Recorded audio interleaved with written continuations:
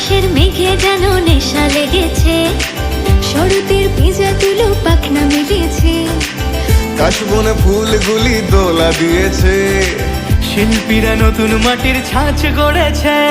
মহালয়ার ভোরে নতুন জামা পরে, ঢাক বাজিয়ে কাসর বাজিয়ে বাতাস জুড়ে আজ পুজোর গন্ধ লেগেছে।